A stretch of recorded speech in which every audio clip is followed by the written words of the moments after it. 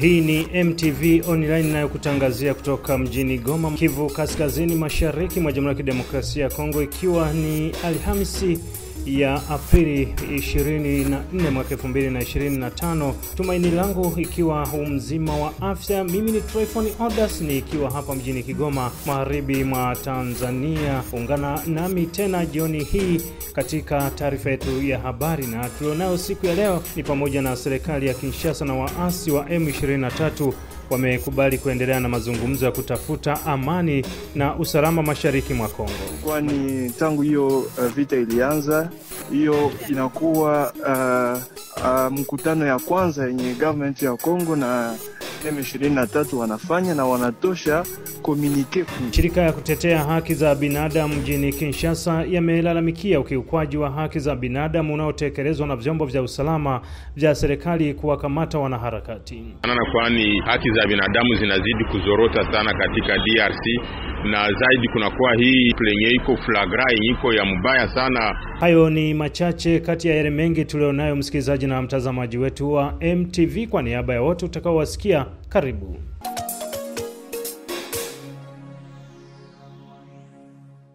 Taarifa yetu ya habari inaanzia huko Doha, ambako wajumbe wa serikali ya Kinshasa na wale kutoka kundi la waasi wa M23 wamekubaliana kuendelea na mazungumzo ya moja kwa moja kwa ajili ya kutafuta amani na usalama mashariki mwa taifa la DRC na kanda ya maziwa makuu. Austeri Marivika amezungumza na Hubert Msomeko, mtafiti wa migogoro katika eneo la maziwa makuu, akiwa jijini Goma, Kivu ya Kaskazini. Hiyo tangazo zao nawaza kama hiyo inakuwa hatua muhimu sana na hatua ya kabambi sana kwa kutafuta amani kwenye mashariki ya Kongo, kwani tangu hiyo vita ilianza, hiyo inakuwa mkutano ya kwanza yenye government ya Kongo na M23 wanafanya na wanatosha communique kwa mwisho. Ni kusema kwamba inakuwa hatua ya kabambi sana kwa kutafuta amani na kwa kumaliza hiyo vita kwenye njia za kidiplomasia na njia zisikuwe tena za kumwanga damu. Ya pili ni kusema kwamba hiyo communique zinasema watu waache hiyo wanaita hate speech. Inakuwa ya muhimu sana kwa sababu hiyo hate speech inaacha watu wasikilizane na inaacha vita na kuwa ikiendelea. Ninawaza kama hiyo nayo ni hatua ya kabambi sana kwa kuangalia government ya Kongo na M23 wanaitika kusema wote watafanya yote iwezekanavyo kwa kusema hiyo hate speech iishe. Na ya tatu lakini vile vile wameomba makanisa, vyombo vya habari na wananchi kuunga mchakato huo. Ndio wanaomba kuunga mchakato hiyo kwa sababu naangalia kwenye makanisa na vyombo vya habari hizo wanaita lugha ya kimombo réseaux sociaux, kulikuwa hate speech za mingi na kulikuwa ushawishi wa mingi. Ni kusema kwamba makanisa na vyombo vya habari vikiunga mkono hiyo mtakato itasaidia sana kwa kusema amani irudie, na hao watu wa kuleta mambo ya uongo kuma mitandao waache hiyo mambo. Sisi wote tukuwe tuna support hiyo mkataba kwa kusema hiyo vita ishi. Nataka sema ya tatu ni kusema kwamba hiyo communique inakuwa espoir pia kwa kusema watu wanachunga sasa waangalie wanaita ceasefire, kwa sababu mwile communique walisema kutakuwa ceasefire. So government ya Kongo na M23 wote waliitika kama watafanya hiyo ceasefire. Hiyo ceasefire ikikuwa itakuwa ya muhimu sana kwa kusema watu wenye wiko makambi ya wakimbizi warudie kwa nyumbani zao na wengine wafanye biashara yao bila tatizo. Lakini nadhani kwa nini wameweka makanisa ama maeglise? Wanaweka makanisa ama maeglise kwani unajua kwenye nchi ya Kongo makanisa inakuwa na influence sana kwenye watu wote wa Kongo ni Wakristo wanaingia kwenye makanisa, au mapadri wanakuwa na influence kubwa sana kwa watu. Wengine walitia makanisa kwa sababu kama unajua kunakuwa wengine mchakato wa SSC na Senko yenye iko nayo muhiye kadri ya kusema walete amani kwenye Eastern Congo na kuhiyo shida ya M23 na government ya Kongo. Ni kusema kwamba ile wanaita initiative ya Senko na SSC inapaswa pitia hapo, kwa sababu wakitia makanisa itakuwa inakuwa na tunaita kwenye lugha ya kimombo legitimite. Na pengine unadhani kwa nini wameweka mkazo kwamba kwa CCLF? Wanaweka mkazo kwa CCLF kwa sababu mazungumzo hayezi fanyika na vita iko. Inaomba kwanza vita iishe, inaomba hiyo wanaita kwenye hiyo mkomunike au intimidation iishe kwanza, yani wataongea wakikuwa huru. Lakini kama vita iko, maongezi hayezi kuwa mzuri kwa sababu kila siku vita kutakuwa na kuwa mabadiliko kwenye shamba la mapambano. Lakini wakiacha kwanza vita, wanaongea, hiyo itaacha maongezi naendelea mzuri, na itaacha kwanza watu wenye waisha kimbia, wenye yuko kwenye makambi ya wakimbizi wanarudia nyumbani kwao, na hiyo itakuwa hatua kabambi sana kwa kuleta amani yenye itadumu. Lakini kuna vita vya maneno na vita vya silaha. Ndiyo, kwani hiyo vita ya maneno ndio waliita mwiyo communique au intimidation. Walisema hiyo vita ya maneno, yani ile intimidation inapaswa kuisha. Hiyo nao walisema kwenye hiyo communique. Hata vile walisema sawa, wanasema waandishi wa habari, hata hivyo na makanisa na watu wote wa support government ya Kongo na M23 kwenye hiyo mchakato. Ni kusema hiyo vita ya maneno itatokea kwenye mitandao ya kijamii na itatokea kwenye makanisa, kwenye watu wote. Hiyo nayo itakuwa vita. Ni kusema kwamba hiyo communique inasema kwamba sisi wote tunapaswa acha hiyo discours de haine, hiyo hate speeches, kwa kusema tu support hiyo maongezi kwa ajili ya amani. Asante sana. Asante. Huku wakazi wa mji wa Butembo wakiandaa maandamano hii tarehe ya 26, Tembosi Yotama ni mbunge wa zamani na ni mmoja wa waandalizi wa maandamano hayo.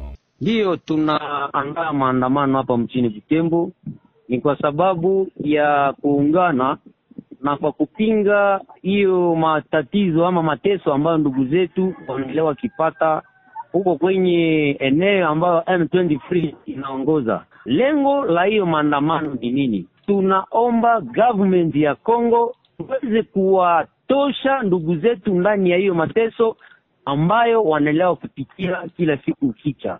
Lengo la pili ni kuomba government na rais wa nchi aweze kuwatosha gerezani wale ndugu zetu majimaji ambao walifungwa, na tayari leo rais amesema sote tuweze kupigania fasi moja, aweze kuwatosha gerezani. Ya mwisho, lengo la mwisho kusema sisi wakongomani hatutaendelea kulialia na kuomba askari wa kigeni waendelee kutuchunga na kutusaidia kila siku. Hiyo mpango ya kusema raia waingie kwenye kambi waweze kujifunza kijeshi, tunaomba government ya Kongo iweze kutia mkono. Butembo, Beni, fasi yote wanapenda waingie kwenye jeshi na waweze kupigania udongo wa mababu. Hiyo mwito tumeweza kuifanya kupitia hiyo chama chetu ambacho wanaita Groupe de Pression Veranda Mutanga, na wale ambao tunawaita wa victimes de massacre wamekuja wengi, nao watashuka barabarani kwa ajili ya kupaza sauti kwa kuomba usalama urudi kwetu huko mashariki ya Kongo. Lakini mheshimiwa, sasa hivi ni kwamba kumetoka tangazo ya serikali ya Kongo na M23 wanasema kwamba watasimamisha mapigano, na swala lingine kwamba hawataki maneno ya chuki. Sasa nyinyi hamtaonekana kwamba mnachochea chuki? Sisi hatuchochee, kwa sababu mambo kama namna haya yanaendelea kutoka kila siku kicha, na leo watatosha community fulani, kesho watatosha Luanda, Doha, sijui wapi. Ingalao kila siku kicha, Goma, Bukavu, Nyiragongo, Kirumba, watu wanaendelea kulia na kusaga meno. Hata huko kwenye pande za ADF wanaendelea kulia na kusaga meno. Sisi tunapaza sauti, government hiyo inakuwa na hiyo mamlaka yote. Hiyo mambo kunakuwa mambo ya unafiki, na kila siku watu wanaendelea wakifariki na wakiteseka. Lakini mnaonaje haya mazungumzo ya Doha? Hayo mazungumzo ya Doha ni kitu moja, lakini kunakuwa unafiki wa sana. Utafahamu ya kwamba kumeisha miaka 13 hiyo vita ikiendelea na ikiendelea ikiua watu. Ndio maana sisi kama raia ambao tunaendelea tukiteseka kila siku ukicha, tunasema hayo mambo yakomeshwe na yaishi.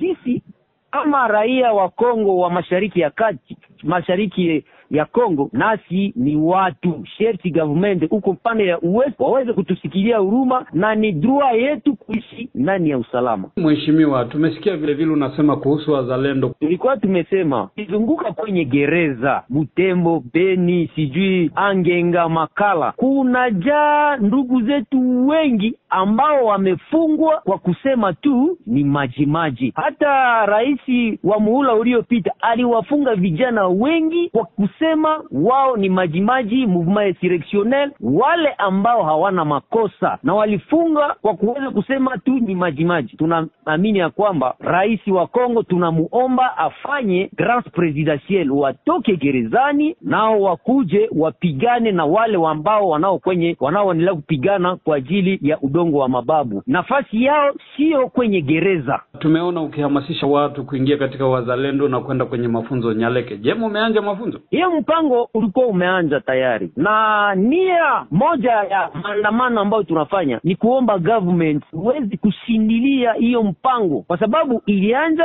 lakini tumeona baridi inaingia kwenye hiyo mpango. Ingalau kwenye provinces zingine wameweza kuanza hiyo mafunzo ya kusema watu waingie kwenye masenta waweze kujifunza jeshi wapiganie inji, lakini kwetu Nord Kivu sisi ndio tunakuwa wa victime sana. Hiyo mpango hatujui kama haiendelee juu ya nini. Ndio maana kupitia hiyo maandamano populaire pacifique tunaita government iweze kushindilia hiyo mpango na iweze kutia jiserie ndani ya hiyo mpango, kwani vijana wako tayari kwa kuingia kwa kujifunza jeshi na kwa kupigania udongo wa mababu, kuchangia amani. Haya, asante sana Mheshimiwa Tembo Siotana. Shukrani mwanahabari.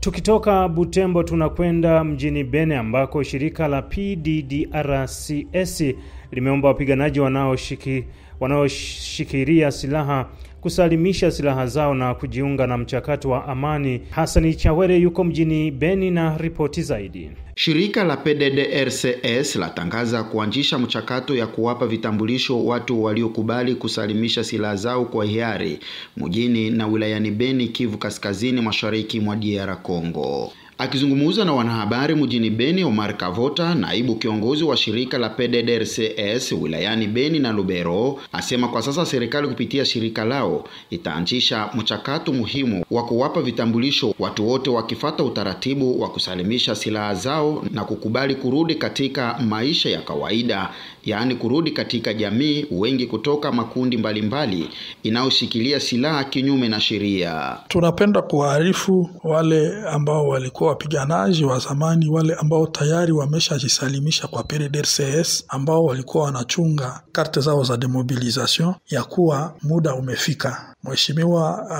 makamu coordinator wa PDDRCS ameweza kufika mjini Beni na kuzuru maeneo ya Butembo na Lubero ili kuhakikisha kuwa kutazinduliwa huo mpango wa kuweza kupatia wademobilize wale ambao wamejisalimisha vyeti vyao. Hivi wakiwa mjini Beni, wakiwa katika tarafa la Rwenzori, Beni Mbau, kokote ambako wanapatikana, miji ya Owicha, Mangina, Kiondo, sijui wapi, hata katika Bashu, wote ambao tayari waliweza kupewa vibarua ambavyo ilikuwa acte provisoire, ile ambao waliweza kusaini kwake kama wamejiondoa, wamejisalimisha, wote tutawaalika, tutawapa program ambayo itaanzishwa kwa muda wa juma hili ili kuwaambia wapi wanaweza fika na saa gani na waweze kupata vyeti vyao. Tunaomba wote ambao wako wanahusika waweze kukuja. Hata na wale ambao wanapenda kujisalimisha, nao ni muda wa kujisalimisha na watapata vyeti vyao ili wahakikishiwe ya kuwa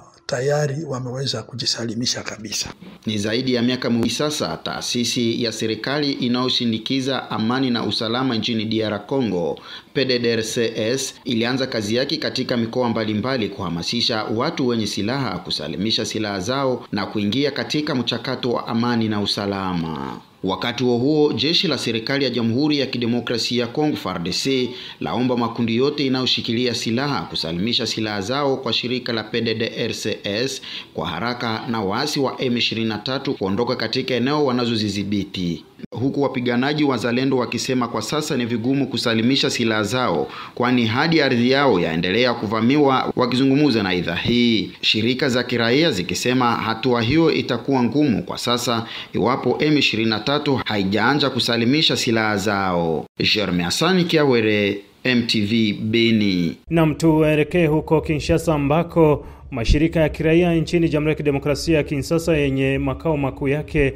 mjini Kinshasa yameshutumu kiukwaji wa haki za binadamu unaotekelezwa na serikali. Dieudonne Mshagalusa ni kiongozi wa shirika moja la kutetea haki za binadamu akiwa mjini Kinshasa. Mwanahabari wetu Rodri Mbere Vivutara na ripoti zaidi kutoka mjini Kinshasa. Muungano wa mashirika ya kiraia nchini Jamhuri ya Kidemokrasia ya Kongo ya kitengo cha Panel la Société Civile unaongozwa na Dieudonne Mshagalusa ulikaa hivi leo Jumatano Aprili 24, 2025 katika kikao na waandishi wa habari ndani wa kimataifa juu ya kuzungumzia haki za kibinadamu nchini DRC. Mkutano huu ulifanyika katika ukumbi wa mkoa wa Gombe katika ua la Boboto, ulikuwa umejumuisha watu wengi walikuja kuzungumzia juu ya haki za kibinadamu Jamhuri ya Kidemokrasia ya Kongo.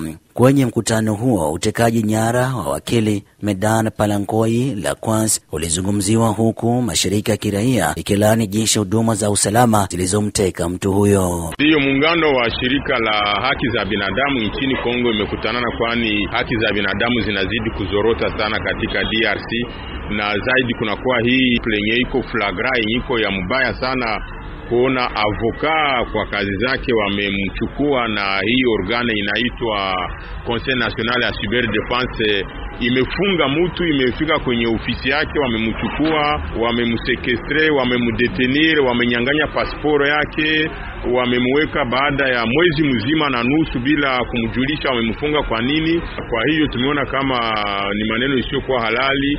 Yeye hana Maître Medar Mpalankoi, wamemkatalia hata visite jamaa yake, hawawezi kumuona bibi yake, watoto hawezi kumuona, maavoka wenzake wa kumsaidia hawezi kumuona. Donc inaonekana wanaviole, hawaheshimie katibu ya nchi, hawaheshimie madokuma zingine ambazo na mainstruments na malua za nchi ambazo zina garantire liberté ya mtu na ambazo zinasema wasifunge mtu ovyo ovyo bila kujua wamemfunga kwa nini. Ingawa kama kuna kuwa kitu ambacho wanamshtaki ama wanawazia ya alifanya kitu ya mbaya, inabidi aweze kumbeba kwenye mabajiji, wambebe kwenye makoti, wambebe kwenye tribunali kusudi wamsambishe. Lakini uimagine Conseil National ya Cyber Defense inafunga mtu panda plus d'un mois, da siku 13 tangia tarehe 14 mwezi wa 3 wa hii mwaka wamemfunga hadi leo. Hawambebe kwenye jiji, hawamuuliza, hawasema wanamfungia nini, wamemnyang'anya passport, hawapendi familia muangalie, hawapendi waavoka wa muvizite. Donc ni mambo ya huzuni, na tumeona kama haki za binadamu zinazorota. Ndio maana tuliomba ya kwanza waweze kumwachilia, aweze kuwa huru, na kama kuna kitu kinachokuwa yule yake bamubebe kwenye tribunal, bamubebe kwa mwenye makoti kuu. Tumeomba CICR kufatana na droit humanitaire international, hiyo haki ya dunia nzima, waweze kumwangalia avoka Medar Mpalankoi mwenye kuwa detenu na Conseil National ya Cyber Defense. Hatujue kama kazi yao ni ya kufunga watu, na tunaomba pia Bureau Conjoint Nations Unies ya droit de l'homme iweze kuhusika na jambo hiyo. Tumeomba Conseil National ya droit de l'homme pia nayo CNDH iweze kuhusika na jambo hilo, kwani mambo wamemtendea mzee Mpalankoi ni mzee sana, wamemfunga kiolelo, wamemfunga bila sababu. Kama wanapenda wamtie kwenye justice aweze kujidefendre kama kuna kitu wamemreproche. Ikiwa serikali haitajibu matakwa yenu, basi mtafanya nini? Dieudonne Mshagalusa anajibu: No, tutapiga kelele na tunatayarisha mambo mengine ambayo yatafanyikana. Kama kutakuwa mambo mengine siwezi kuyataya kwa leo kwenye media, lakini tutapiga kelele na tutapita kwa maetape zingine, kwani haiwezekane watu wanakuwa kama wakiishi katika jungle. Muungano huo umemtaka Mpalankoi achiliwe huru pamoja na raia wengine ambao wanafungwa na ambao bado hawajapelekwa katika mahakama kujibu, wakisindikizwa na mawakili zao nchini Jamhuri ya Kidemokrasia ya Kongo. Rodrigue Mumbere, NTV, Kinshasa. Na kutoka Kinshasa turudi Tanzania ambako tunaelezwa kuwa Baraza la madiwani katika manispaa ya Kigoma Ujiji limeitaka serikali kuongeza juhudi za kunusuru waathirika wa mvua zinazoendelea kunyesha katika maeneo mbalimbali katika mji wa Kigoma. Hayo yamejiri ikiwa ni siku moja tu baada ya wabunge wa Jamhuri ya Muungano wa Tanzania kujadili kuahirisha vikao na kujadili swala la mafuriko mjini Kigoma ambalo limehatarisha makazi ya watu, nyumba kuanguka pamoja na barabara kufungwa pamoja na uwanja wa ndege. Baadhi ya madiwani wamesema ipo haja ya serikali kuhakikisha inaweka njia madhubuti ili kuweza kuhakikisha athari zinapungua. Ni ukweli tu kupingika kata Katubuka saizi tupo kisiwani kulingana na jinsi maji yalivyozingira makazi yao, uharibifu wa mali zao. Ila pamoja na hilo, Mheshimiwa Mwenyekiti, kupitia baraza lako hili, kutokana kwamba barabara zote za Katubuka zimefungwa na mpaka sasa hivi hatuna barabara mbadala ya kupita, kuna mpango gani wa manispaa kuweza kutengeneza barabara ya kutumia kwa hivi sasa? Tupo kisiwani, Mheshimiwa. Mimi naendelea kutoa ushauri kwa viongozi ambao tuko hapa kwamba tuendelee kusimamia maeneo ambayo yako mabondeni yasiendelee kujengwa. Akitoa majibu ya hoja hizo, kaimu mkurugenzi wa manispaa Kigoma Ujiji David Rwazo amesema tayari halmashauri imetenga maeneo kwa ajili ya majanga na kuwaelekeza wananchi kuhama kutoka maeneo yaliyoathiriwa na mvua. Kweli Katubuka maji yamekuwa mengi na maji yalikuwa mengi hadi kwa sababu mwaka jana yalipoingia haya ya kutoka na mwingine yaliingia mpaka sasa hivi. Lakini kama halmashauri na mikakati mbalimbali ya kuhakikisha pale panakuwa salama. Kama halmashauri bado tumetenga fedha kwenye mwaka wa fedha huu na 2036 kwa ajili ya kusaidia kwenye majanga na maafa yanaweza kutokea. Lakini kama halmashauri pia tulitenga eneo ambalo kwa ajili ya kusaidia watu kama kitokea majanga basi wapate sehemu ya kwenda kuwahifadhi wakati watatafuta sehemu ya kwenda, ambayo tumeshaitenga tayari. Lakini pia tumeweza kuwasilisha maombi katika ofisi ya waziri mkuu kwa ajili ya kupata msaada, maana pale ni kubwa, kwa hiyo tunahitaji msaada mkubwa kwa ajili ya kuondoa yale maji, lakini pia na kutafuta sehemu ya kupeleka wale watu. Sasa kwa maana hiyo tunataka kutoa vibali, kufanya utaratibu wa kuweza kufuta vibali vya ujenzi pale tendee kutolewa. Mbunge wa jimbo la Kigoma mjini Shabani Ngenda amesema serikali kuu ipo katika mchakato wa kutatua changamoto katika eneo la Katubuka. Ninachokusudia kusema ni kwamba mpaka sasa nikuja hapa, mimi nimetoka ofisi ya mkuu wa wilaya, tuko na timu iliyotumwa na waziri mkuu kuja kuangalia pamoja na taarifa walizozipata, lakini je, ukubwa wa athari kwa sasa uko kiasi gani? Misaada gani ya kibinadamu inahitajika ili iweze kuletwa haraka na hatua za kudumu za kutatua tatizo la Katubuka. Kwa hiyo niseme mstahiki kwamba serikali kwa maana ya serikali kuu chini ya uongozi wa rais wetu Mama Samia Suluhu Hassan wamesikia tulivyopaza sauti, na kwa maana hiyo sasa hivi wako katika mchakato wa kushughulikia na watu wetu watapata misaada na tutatafuta ufumbuzi wa kudumu wa tatizo. Msikilizaji na mtazamaji, kwa ripoti hiyo ndo tunatamatisha taarifa yetu ya habari kwa siku ya leo. Kwa niaba ya wote uliowasikia, mimi ni Tryphon Odas nikiwa hapa mjini Kigoma, magharibi mwa Tanzania. Hadi wakati mwingine, asante na nikutakie siku njema.